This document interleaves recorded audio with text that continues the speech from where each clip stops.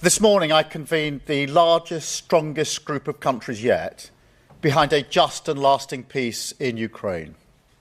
Now, a huge amount has happened since I brought leaders together at Lancaster House here in London.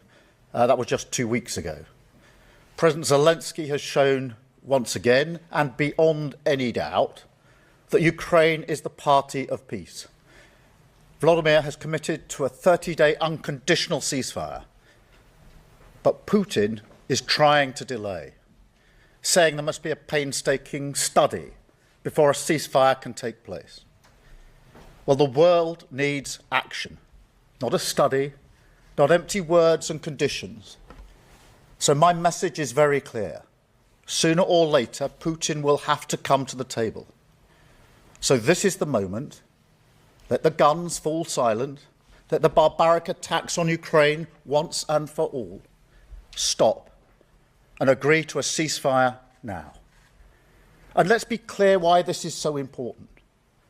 Russia's appetite for conflict and chaos undermines our security back here at home in the United Kingdom. It drives up the cost of living.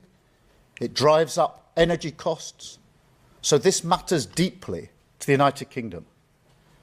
That is why now is the time to engage in discussion on a mechanism to manage and monitor a full ceasefire and agree to serious negotiations towards not just a pause, but a lasting peace, backed by strong security arrangements through our coalition of the willing.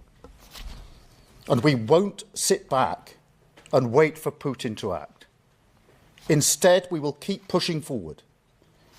So the group I convened today is more important than ever.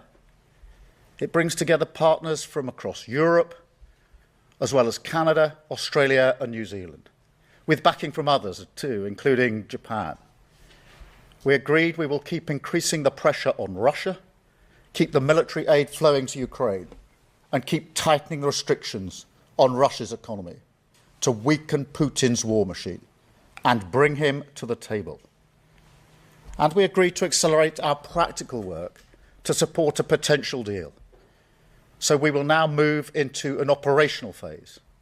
Our militaries will meet on Thursday this week here in the United Kingdom to put strong and robust plans in place to swing in behind a peace deal and guarantee Ukraine's future security. President Trump has offered Putin the way forward to a lasting peace. Now we must make this a reality.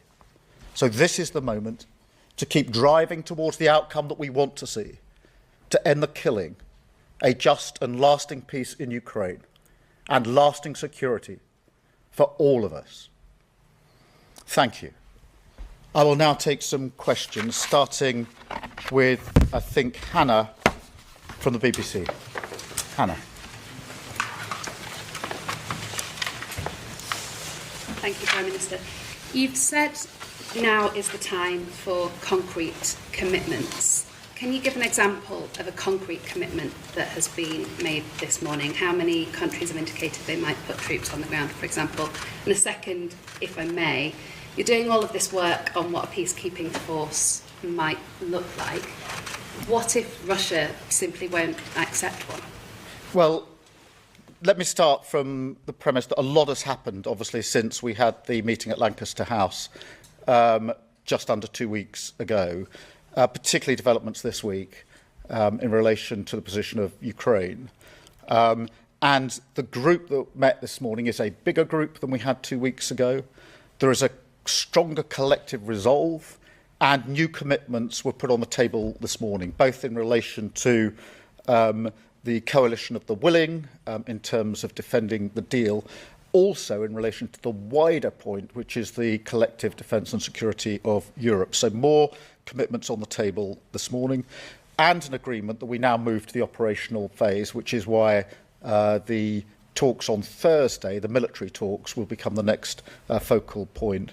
There was a wider agreement this morning, which was that the yes but from Russia is not good enough, and that we agreed collective pressure will be put on Russia from all of us who are in the meeting this morning. So I'd say overall we are successfully gathering political and military momentum.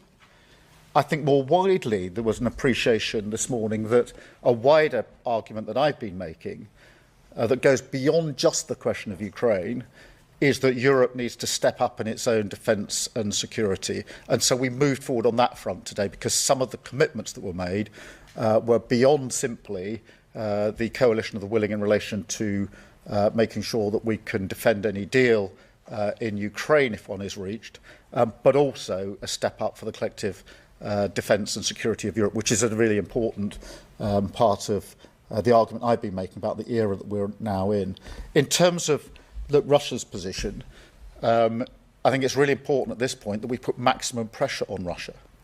This yes but is not good enough, and that's why the collective resolve this morning was to put pressure, and we can collectively put pressure on Russia. There were a lot of countries represented this morning, a very strong collective resolve. And so I think we made real progress this morning, and that momentum and that resolve by a number of countries and making sure we continue to be forward-leaning is really important. Thank you very much.